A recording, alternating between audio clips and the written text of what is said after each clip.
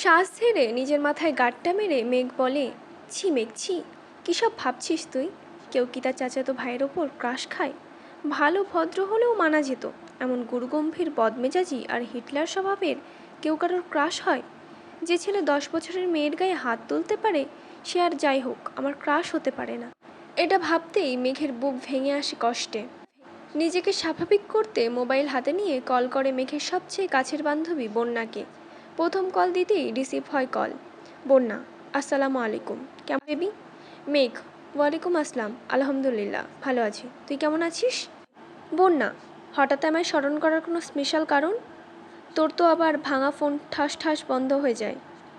মেঘ রাগান্বিত স্বরে এক প্রকার হুঙ্কার দিয়ে বলে, তুই আজ কোচিসনি কেন?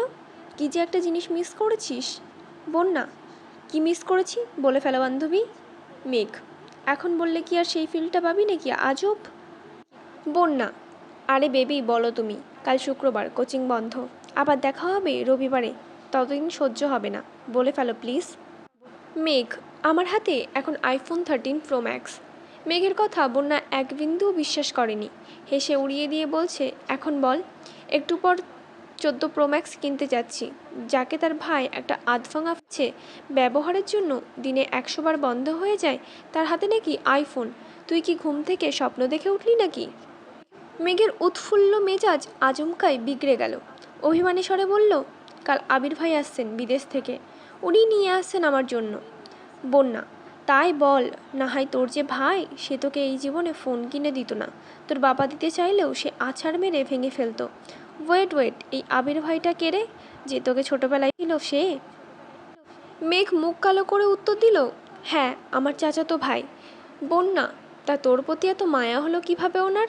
মেঘ, তা জানি না, শোন তোকে কি বলি। বন্যা, হ্যাঁ বল। মেঘ, আসলে আজকে বিকালে আবির ভাইকে দেখে ছোটোখাটো একটা শখ খেয়েছি। বন্যা, মানে? মেঘ, কি সুদর্শন চেহারা, দাঁড়ানো স্টাইল, লুক আর অগোছালো চুল দেখে আমার মনটা এলোমেলো হয়ে গেছে। আমি মনে হয় ওনার ওপর ক্রাশ খেয়েছি। মুখ ফুলিয়ে শ্বাস ছেড়ে একটু ধাতস্থ হয়ে গুরুগম্ভীর স্বরে বন্যা বলল, তোর মাথা ঠিক আছে মেঘ? তুই এত বছর যাবৎ বলছিলি এই মানুষটা তোর শৈশব নষ্ট করে দিয়েছে, আজ কৈশোরে পা দিতেই এই মানুষটার ওপর ক্রাশ খেয়ে ফেলেছিস? মানুষ রং বদলায়, কারণে অকারণে বদলায়, কথাটা এতদিন শুনেছি, কিন্তু আজ তোকে দেখে মনে হয় এই কথাটা 100% সত্যি। না হয় যাকে এত বছর শত্রু ভেবে এসেছিস, আজকে তার কথা অবলীলায় বলে যাচ্ছিস। বাহ মেঘ বাহ। মেঘের নীরবতা বুঝতে পেরে বন্যা আবার বলা শুরু করলো, এসব কোনো বিষয় না, হঠাৎ করে দেখেছিস তো তাই আহামরি সুদর্শন লেগেছে। বিষয়টা মাথা থেকে ঝেড়ে ফেল, দেখবি সব ঠিক হয়ে গেছে। আমরা না দুজনকে কথা দিয়েছিলাম, একজন বিপদে গেলে আর একজন সামলাবো, ভুলে গেলি? স্পষ্ট বোঝা গেল মেঘের বদলে যাওয়া অভিব্যক্তি। সহসা নিজেকে সামলে আচমকা প্রশ্ন করে বসল, আমি কি দেখতে সুন্দর না? আমি কি কারোর ক্রাশ হওয়ার যোগ্য না? মেঘের আকস্মিক প্রশ্নে বন্যা কিছুটা অথবম্ব হলো, এরপর কয়েক মিনিট শুধু হেসেই গেল। স্বাভাবিক স্বরে বলল, অবশ্যই তুই সুন্দর, ক্রাশ খাওয়ারও যোগ্য, কিন্তু তুই ছেলেদের ক্রাশ হতে পারবি কি না সন্দেহ আছে। হতে পারিস রাস্তাঘাটের, গাছগাছালির, রংচটা দেওয়ালের, গরু ছাগলেরও হতে পারিস। রাগে ফুঁসতে ফুঁসতে কল কেটে দিয়েছে মেঘ, আর ভাবছে আজকাল সান্ত্বনা নিতে চাইলেও মানুষ মজা নেয়। যদিও বন্যার হাসির কারণটা খুব স্বাভাবিক। মেঘকে বরাবরই চোখে চোখে রেখেছে তানভীর সহ বাড়ির সকলে। 6 থেকে 10 পর্যন্ত পড়েছে গার্লস স্কুলে, তারপর গার্লস কলেজ। আহারে জীবন ধুধু মরুভূমির মতো, কোথাও কেউ নেই। স্কুল কলেজের সামনেই বাসার গাড়ি থাকতো, বাসা টু স্কুল, স্কুল টু বাসা। কোনো ছেলে না দেখলে ক্রাশ কিভাবে খাবে? বোধশক্তি হওয়ার পর মেঘ মনে হয় 2-3টা বিয়ে খেয়েছে কাজিনদের, যাকে বলে নামের বিয়ে খাওয়া। তানভীরের ভয়ে বিয়ে বাড়ির এক কোণে বসে থাকে মেঘ। ভাইয়ের কড়া শাসন ছিল, ঘর থেকে বের হতে পারবি না, বরযাত্রী আসলে তো আরও না। ঘরের ভিতরেই তার জন্য খাবার পাঠানো হতো, তানভীর নিজেই বোনকে খাওয়াতো ইচ্ছে মতো। তারপর বিয়ে শেষ হলে মা বোনকে নিয়ে চলে আসতো। গায়ে হলুদে নাচা, গান গাওয়া, এমনকি মেহেদি দিতেও দিত না। এই কষ্টে এখন আর মেঘ কারোর বিয়েতেই যায় না। এতে তানভীরের মনে হয় হাঁপ ছেড়ে বেঁচেছে। মেঘের এই সাদা কালো জীবনের কথা শুনলে বন্যা কেন পৃথিবীর সব মানুষই হাসবে। জীবনটা তার তেজপাতা হয়ে গেছে। মাঝে মাঝে ভাবে এই বাড়িতে জন্মানোটা কি খুব বড় দরকার ছিল? কয়েকবার বন্যা কল ব্যাক করেছে। নিজের জীবনের হতাশার জন্য মেঘ আর কল রিসিভই করেনি। বান্ধবীকে রাগ দেখিয়ে কি হবে? জীবন যেখানে যেমন তা মানতেই হবে। মেঘের বেস্ট ফ্রেন্ড হওয়ার খেসারও দিতে হচ্ছে বন্যাকেও। মেঘের সাথে সাথে বন্যাকেও চোখে চোখে রাখে তানভীর। কথায় আছে সঙ্গ দোষে লোহা ভাসে। সঙ্গ খারাপ হলে মেঘও খারাপ হবে। তাই সবসময় বন্যার পিছনে লোক লাগিয়ে রাখে। শুধু বন্যাই না, আরও দুজন বান্ধবী আছে মেঘের, একজন পাখি আর একজন মায়া। ওদেরকেও নজরে রাখে তানভীর। বোনকে সব দিক থেকে প্রোটেক্ট করাই যেন তার প্রথম এবং প্রধান কাজ। আবির বিকাল থেকে ঘুমাচ্ছে। সন্ধ্যা 7টায় ঘুম ভাঙে আদির ডাকে। নিচে আবিরের আব্বু আর মেঘের আব্বু বসে আছেন। আবিরের বাইক কেনার কথা শুনেই তাড়াতাড়ি চলে এসেছেন অফিস থেকে। আবির ঘুম থেকে উঠে চোখে মুখে পানি দিয়ে টাওয়াল দিয়ে কোনো রকমে মুখটা মুছে তৎক্ষণাৎ রুম থেকে বের হয়। সে তার বাবাকে খুব ভালো করেই চেনে। ডাকার সঙ্গে সঙ্গে উপস্থিত না হলে বাড়িতে তাণ্ডব শুরু করে দিবেন। আবিরের চোখে মুখে প্রভাব স্পষ্ট। ব্যস্ত পায়ে হাঁটছে সে। আচমকা এলোমেলো পায়ে ছুটে রুম থেকে বের হয় মেঘ। চুলগুলো অগোছালো। আকস্মিক ধাক্কা এড়াতে চটজলদি নিজেকে নিয়ন্ত্রণ করে অগ্নিদৃষ্টিতে তাকায় আবির। তৎক্ষণাৎ মোটা ভ্রুযুগল শিথিল হয়ে যায়। অমত্ত চেয়ে রইল সে। এক মুহূর্তের জন্য মস্তিষ্ক থমকে গেছে আবিরের। দৃষ্টি তার প্রখর। আচমকা হাঁটা থামাতে শ্বাস ভারী হয় আবিরের। কালো জামা পরিহিতা এক ললনার দিকে দৃষ্টি পড়ে। আপাদমস্তক দেখল একবার। কালো জামাতে যাকে অপ্সরার ন্যায় লাগছে। এলোমেলো চুলগুলো তার কোমর ছাড়িয়ে। চুল দেখে মনে হয় জীবনানন্দ দাশের বনলতাকে উদ্দেশ্য করে লেখা, চুল তার কবেকার অন্ধকার বিদিশার নিশা। দ্রুত গতি থামাতে গিয়ে মেঘের ছোট দেহ কম্পিত হয়।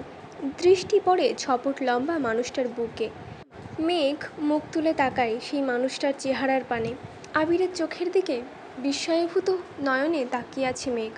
পলকও পড়ছে না একটিবার। আবিরের চোখে মুখে ছিটানো পানির ছাপটাই এলোমেলো চুলগুলো থেকে ছুঁয়ে পানি পড়ছে, যা তার পরনের সাদা টি শার্ট অল্প ভিজিয়ে দিচ্ছে। সেদিকে খেয়াল নেই আবিরের। আবির কয়েক সেকেন্ড স্তব্ধ থেকে হঠাৎ চোখ সরিয়ে পুনরায় রুদ্রমূর্তি ধারণ করে সবেগে হাঁটা দেয় সিঁড়ির দিকে। পেছন থেকে অষ্টাদশীর কোমল কণ্ঠে ডাক শুনে থমকে দাঁড়ায় আবির। তবে পিছনে তাকানোর প্রয়োজন মনে করেনি সে। আবির শুনল কি না কে জানে। এক মুহূর্ত দাঁড়িয়ে যথারীতি ব্যস্ত ভঙ্গিতে নিচে নেমে যায়। মেঘ ঠায় দাঁড়িয়ে আছে দরজার সামনে। থরথর করে কাঁপছে মেঘের হাত পা। মেঘের মনে হচ্ছে ভো ভো করে ঘুরছে সমগ্র পৃথিবী। কেন জানি দাঁড়িয়ে থাকার শক্তি পাচ্ছে না মেয়েটা। নিজেকে নিয়ন্ত্রণ করতে তাড়াতাড়ি দেয়ালে ঠেস দিয়ে দাঁড়িয়েছে। এতগুলো বছর পর আবিরের চোখে চোখ রাখল মেঘ। ভেতরটা ভয়ে আঁতকে উঠছে বারবার। অন্তরাত্মা শুকিয়ে যাচ্ছে মেঘের। সোফায় বসে আছেন দু ভাই। বাড়ির মহিলারা রান্নাঘরের কাজে ব্যস্ত থাকলেও নজর তাদের এদিকে। কি হবে কে জানে। আলী আহমেদ খান নিজের গাম্ভীর্যতা বজায় রেখে এক প্রকার হুঙ্কার দিয়ে পড়লেন, তুমি নাকি বাইক কিনেছ? এই কথায় হুঁশ ফিরে অষ্টাদশীর। কিছুটা স্বাভাবিক হয়ে দুপা সামনে এগিয়ে বারান্দার সাইডে দাঁড়িয়ে নিচের দিকে তাকায় মেঘ। নিচে সোফায় বসা আব্বু আর বড় আব্বু। তাদের থেকে কিছুটা দূরে দুহাত ভাঁজ করে শটান হয়ে দাঁড়িয়ে আছে আবির। জি, ভাবলেশীন ভাবে উত্তর দেয় আবির। কিন্তু কেন? পুনরায় হুঙ্কার দেন তার আব্বু। আমার বাইক কেনার ইচ্ছে ছিল তাই কিনেছি। তুমি জানো না এই বাড়িতে বাইক কেনা বা চালানো নিষেধ? এবার প্রশ্নটা চাচ্চু মোজাম্মেল খান করেছেন। হ্যাঁ জানি। 20-30 বছর আগে কি ঘটে গেছে তা নিয়ে আতঙ্কে থাকার কোনো মানে হয় না। যদি কপালে খারাপ কিছু লেখা থাকে তাহলে সেটা 7 সমুদ্র পাড়ি দিয়ে হলেও আসবেই। সেটা আমি ঘরে বসে থাকলেও হবে আর গাড়িতে চলাচল করলেও হবে। তোমরা দুই ভাই কি নিজেদের মতোই চলবে? আলী আকবর খান রাগান্বিত স্বরে প্রশ্ন করলেন। বাইক কেনা যদি নিজের ইচ্ছে মতো চলা হয় তাহলে আমি দুঃখিত আব্বু। এই ব্যাপারে আমি নিজের মনের কথা শুনবো। আমাদের নিজস্ব 3টা গাড়ি আছে। এত গাড়ি কেন কিনলাম? তোমাদের জন্যই তো।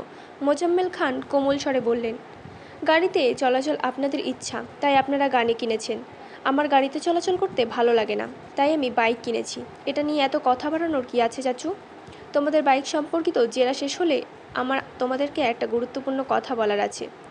আবির আব্বুর দিকে তাকিয়ে কথাগুলো বলল। এতক্ষণ বাড়ির মহিলারা রান্নাঘরে থাকলেও এবার আর থাকতে পারলেন না। এক ছুটে সবাই ড্রয়িং রুমে চলে এসেছেন। মেঘ তীক্ষ্ণ দৃষ্টিতে তাকিয়ে আছে আবিরের দিকে। এই বাড়িতে এত বছর কাউকে গলা উঁচু করে মুখের ওপর কথা বলতে শোনেনি সে। তানভীর ভাইয়া যত মেজাজ দেখিয়েছে সব মেঘের ওপর। বড় আব্বু বা নিজের আব্বুর মুখের ওপর কথা বলার সাহস হয়নি তার। আবির ভাই দুদিন হলো এসেছে, আজই বাবার মুখের ওপর নিজের মর্জি শোনাচ্ছে। এখন মেঘের মনে হচ্ছে উনি হিটলারের থেকেও বড় মাপের কিছু। মনোযোগ দিয়ে বাকি কথা শোনার চেষ্টা করছে মেঘ। আব্বু, চাচু, আমি অনেক দিন যাবৎ চিন্তা ভাবনা করছি নিজের একটা কোম্পানি শুরু করার। তোমরা অনুমতি দিলে কাজ শুরু করব। মোজাম্মেল খান ও আলী আকবর খান দুজনের মাথায় যেন আকাশ ভেঙে পড়েছে। এত বছর ছেলেকে বাহিরে রেখে পড়াশোনা করিয়েছেন, দেশে এসে নিজের ব্যবসার হাল ধরবে, দেশে পা দিতেই নিজের কোম্পানি খোলার চিন্তা ভাবনা করছে ছেলে। মোজাম্মেল খান চিন্তিত কণ্ঠে বললেন, আমরা তো ভেবেছিলাম তুমি পারিবারিক ব্যবসায় এগিয়ে নিয়ে যাবে। আবির কিছু বলার আগেই আলী আকবর বলে উঠলেন, ঠিক আছে, তুমি পড়াশোনা করে এসেছো, তোমার নিজস্ব মতামতের গুরুত্ব আমরা অবশ্যই দেব। তোমার নতুন কোম্পানি নিয়ে আমাদের কোনো আপত্তি নেই, তবে আমার একটা শর্ত আছে। তুমি আমাদের কোম্পানির সিইও হবে। আগামী শুক্রবার অফিস ছুটি, তাই তুমি শনিবারে অফিসে যাবে। তোমার অফিসিয়ালি সিইও পদে দেওয়া হবে। তারপর তুমি আমাদের অফিস সামলে যদি নতুন কোম্পানি শুরু করে প্রতিষ্ঠিত হতে পারো, তাতে আমাদের কোনো আপত্তি নেই। বেস্ট অফ লাক মাই বয়। আবির যেন আগে থেকেই জানতো এরকম কিছু হবে, তাই তার মধ্যে কোনো পরিবর্তন দেখা গেল না। এটুকু বলে সোফা থেকে উঠে রুমের দিকে হাঁটা শুরু করলেন আবিরের আব্বু। কয়েক কদম এগিয়ে দাঁড়িয়ে আবিরের দিকে তাকিয়ে রুদ্ধ কণ্ঠে বললেন, আমরা কোম্পানি সামলানোর জন্য সারা জীবন থাকবো না, তোমাদেরকেই দায়িত্ব নিতে হবে। তুমি না পারলে তোমার প্রাণপ্রিয় ভাই তানভীরকে বলো রাজনীতি ছেড়ে ব্যবসায় আসতে, তারপর তুমি তোমার মতো নিজে কোম্পানি খুলতে থাকো। আবির চোয়াল শক্ত করে বাবার দিকে তাকিয়ে বলে উঠল, তানভীর রাজনীতিই করবে, ওর মাথায় ব্যবসা ঢোকানোর কোনো দরকার নেই। শনিবারেই অফিসে আসবো আমি, আমি একাই সব দিক সামলাতে পারবো। তোমরা দয়া করে তানভীরকে মুক্তি দাও, নিজের মতো করে রাজনীতিটা করতে দাও ওকে। তোমার শর্ত যেমন আমি মেনে নিয়েছি, তোমাদেরকেও আমার একটা শর্ত মানতে হবে। সেটা হলো, আমি আমার মন মতো কাজ করব। আমার যখন যেখানে প্রয়োজন হবে নিজের কাজ গুছিয়ে আমি চলে যাব, তখন আমাকে কোনো প্রকার বাধা দিতে পারবে না কেউ। দরকার হলে অফিসের কাজ শেষ করে আমি রাত 12টায় বা 2টোয়ও বাসায় ফিরবো, এমনকি নাও ফিরতে পারি। এতে তোমাদের কোনো মাথা ব্যথা না হয়। একদমে কথাগুলো বলে কোনো দিকে না তাকিয়ে দ্রুত পায়ে বাসা থেকে বের হয়ে যায় আবির। আলী আহমেদ খান কয়েক মুহূর্ত দাঁড়িয়ে কোনো কথা না বলে রুমের দিকে হাঁটা দেন। পিনপতন নিরাপত্তা বাড়িতে সোফায় বসে আছেন মোজাম্মেল খান। কাছেই তিন যা একজন আরেকজনের দিকে তাকাচ্ছেন বারবার। তাদের আবিরের প্রতি পূর্ণ বিশ্বাস আছে, কিন্তু সমস্যা হচ্ছে বাইরের দুনিয়া সামলাতে গিয়ে নিজের প্রতি না যত্নহীন হয়ে পড়ে ছেলেটা। এটাই তাদের চিন্তার বিষয়। নিচে উপস্থিত মানুষগুলোর মধ্যে চিন্তার ছাপ দেখা গেলেও ওপরে দাঁড়িয়ে এক প্রকার বিনোদন উপভোগ করছিল মেঘ। যেই বড় আব্বুর কথার ওপর কারোর কথা চলে না, আজ ওনার সাথে টক্কর দেওয়ার মানুষ এসেছে। বাবা ছেলে কি শর্তটাই না দিচ্ছে, যেমন বাবা তেমন ছেলে। এসব ভেবেই হাসি পাচ্ছে মেঘের। হঠাৎ করেই হাসিটা গায়েব হয়ে গেল, মুখটা ভারী হয়ে গেল মেয়েটার, আর ফিসফিস করে বলতে শুরু করলো, নিজে তো হিটলারের সাথে আমার ভাইটাকেও বড় গুন্ডা বানাতে কি সুন্দর উৎসাহ দিচ্ছে। এত বছর ভাইয়ের জ্বালায় জীবন তেজপাতা, এখন আবার আরেকজনের আবির্ভাব হলো। কপালটাই খারাপ আমার। এখন নিচে যাওয়ার পরিস্থিতি নেই, তাই বিড়বিড় করতে করতে রুমে ঢুকতে যাবে, হঠাৎ চোখ পড়ে আবির ভাইয়ের রুমের দিকে। একরাশ হতাশা নিয়ে রুমে ঢুকে যায় মেঘ। বাবা মাকে ছেড়ে আলাদা রুমে থাকলে খুব স্বাধীনতা পাবে ভেবে নিচতলা থেকে উপরতলায় চলে এসেছিল মেঘ। আবির ভাই বিদেশে কোনো চিন্তাই ছিল না, কিন্তু মেঘ আসার 15 দিনের মাথায় তানভীরও মেঘের পাশের রুমে চলে আসে জিনিসপত্র নিয়ে। সিঁড়ি দিয়ে সোজা উঠতেই তানভীরের রুম। বোনকে পাহারা দিতে মূলত এই রুমে আসা। তানভীর যতক্ষণ রুমে থাকে ততক্ষণ নিজের রুমের দরজাটা খুলে রাখে মেঘ। মেঘ সিঁড়ি দিয়ে দৌড়ে উঠতে গেলেও ভাইয়ের কথা ভেবে আস্তে ধীরে ওঠানামা করে। বর্তমানে মেঘের অবস্থা নাজেহাল, কারণ তার একপাশে আবির ভাইয়ের রুম আর একপাশে তানভীর ভাইয়ের পরের রুমটা মিমের জন্য ঠিকঠাক করা হচ্ছে। কিছুদিন পর থেকে মিমও উপরে থাকবে, কিন্তু তাতে কি, ভাইয়ার ঘর ডিঙিয়ে মিমের রুম পর্যন্ত যেতে পারবে কি না সন্দেহ আছে। রাত 10টা বাজে। সবাই খাওয়া দাওয়া শেষ করে যার যার রুমে চলে গেছে। আবির এখনও বাড়ি ফেরেনি। মালিয়া খান সোফায় বসে অপেক্ষা করছেন ছেলের জন্য। 10-15 মিনিট পর বাড়িতে ঢুকলেন আবির আর তানভীর। মাকে বসে থাকতে দেখে কিছুটা রাগান্বিত হলো ছেলে। আম্মু, তুমি আমার জন্য এভাবে রাত জেগে বসে থেকো না প্লিজ, আমি নিজের মতো করে খেয়ে নিব। তোর বউ আসলে আমি আর অপেক্ষা করব না তোর জন্য, সহসা উত্তর দিলেন মালিয়া খান। বড় আম্মুর কথা শুনে সশব্দে হেসে ওঠে তানভীর। আবির ঘাড় ঘুরিয়ে তাকায় তানভীরের দিকে। সঙ্গে সঙ্গে তানভীর হাসি থামিয়ে ফেলে, নিঃশব্দে হাসতেছে। তানভীর বরাবরই ভীতু প্রকৃতির। ভিড়ে যতই শক্তপোক্ত থাকুক না কেন, বাবা চাচা আর ভাইয়ের সামনে সে যেন ভেজা বিড়াল।